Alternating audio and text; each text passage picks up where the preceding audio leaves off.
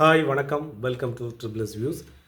LPG சிலிண்டருக்கு என்னதான் ஆச்சு, என்னதான் நடக்குது, எல்லா இடத்துலையும் வந்து தட்டுப்பாடு போயிட்டுருக்குங்கிற ஒரு செய்தி எல்லாத்தையும் பொதுமக்கள் அவ்வளோ பேரையும் ஒரு அதிர்ச்சி அடைய செஞ்சிட்ருக்கு. நிறையா இடத்துல டீலர்களை போய் முற்றுகையிட்டு இருக்காங்க எல்பிஜி சிலிண்டர்லாம். என்னதான் ஆச்சு அப்படிங்கிறத பற்றி தான் இப்போ பார்க்க போகிறோம்.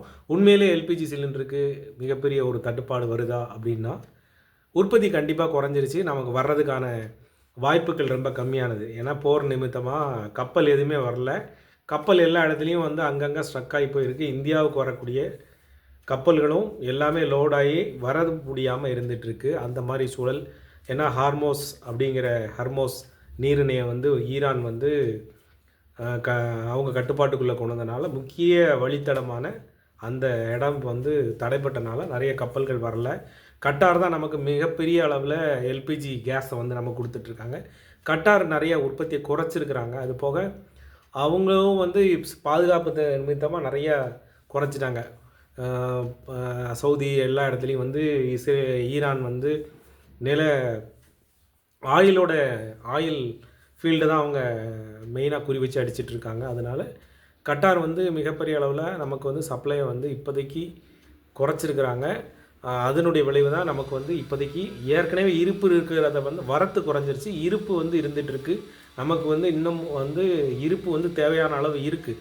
ஆனாலுமே ஒரு ரெகுலேட் பண்ணிடுவோம் அப்படிங்கிறதாக இந்திய அரசாங்கம் முன்னாடி நடவடிக்கையாக முன்கூட்டியே சில இதுக்கான ஒரு கட்டுப்பாடுகளை விதிச்சுக்கிடுவோம் அப்படிங்கிறத முன்னாடியே பண்ணியிருக்காங்க. முன்னாடி 21 நாள் ஒரு முறை வந்து நம்ம வந்து கேஸ் சிலிண்டரை புக் பண்ணிக்கலாங்கிறத 25 நாளாக கொண்டு வராங்க. அதாவது ஒரு மாதத்துக்கு 1 அப்படிங்கிற மாதிரி கொண்டு வராங்க. வியாபார நிமித்தமாக வாங்கக்கூடிய கேஸு, ஹோட்டல் இந்த மாதிரிக்கெல்லாம் பண்ணுறவங்களுக்கு நீங்கள் 10 சிலிண்டர் வாங்கக்கூடியவங்களாக இருந்தால், டெய்லி 10 சிலிண்டர் வாங்குறவங்களாக இருந்தால் அவங்களுக்கு 6 சிலிண்டர் அப்படிங்கிற மாதிரி இப்போதைக்கு 4 சிலிண்டரை குறைச்சிருக்கிறாங்க.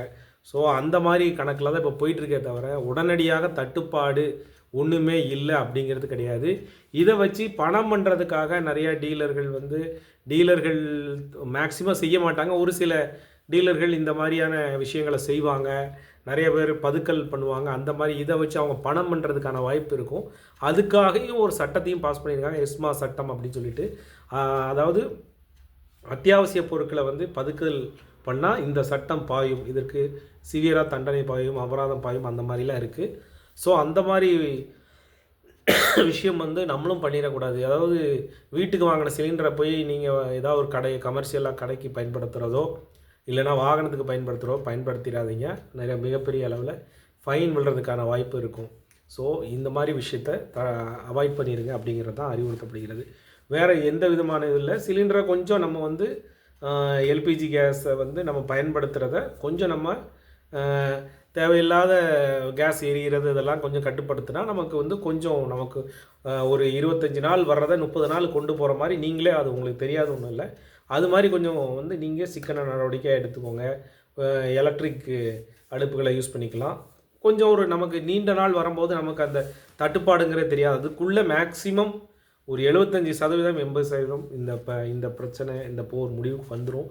இன்னைய ஸ்டேஜில் ரொம்ப உலகம் முழுக்க மிகப்பெரிய அளவில் இதனுடைய தாக்கம் வந்து அதிகமாகிட்டு இருக்கனால எல்லா நாடுகளும் எந்த அளவில் இதை பேச்சுவார்த்தை துவங்க அப்படிங்கிற மாதிரி ஏதாவது ஒரு வகையில் சண்டை நிப்பாட்டணும் முதல்ல அப்படிங்கிற முடிவுக்கு வர்றாங்க.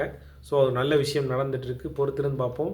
நமக்கு அடுத்து இப்போ எல்பிஜி கேஸ் வரும்போது அடுத்து நமக்கு பெட்ரோல் இதெல்லாம் வந்து வரும். ஒவ்வொரு நாடும் ஒவ்வொரு விதமான அளவில் வந்து ஸ்டோரேஜ் வச்சுருப்பாங்க.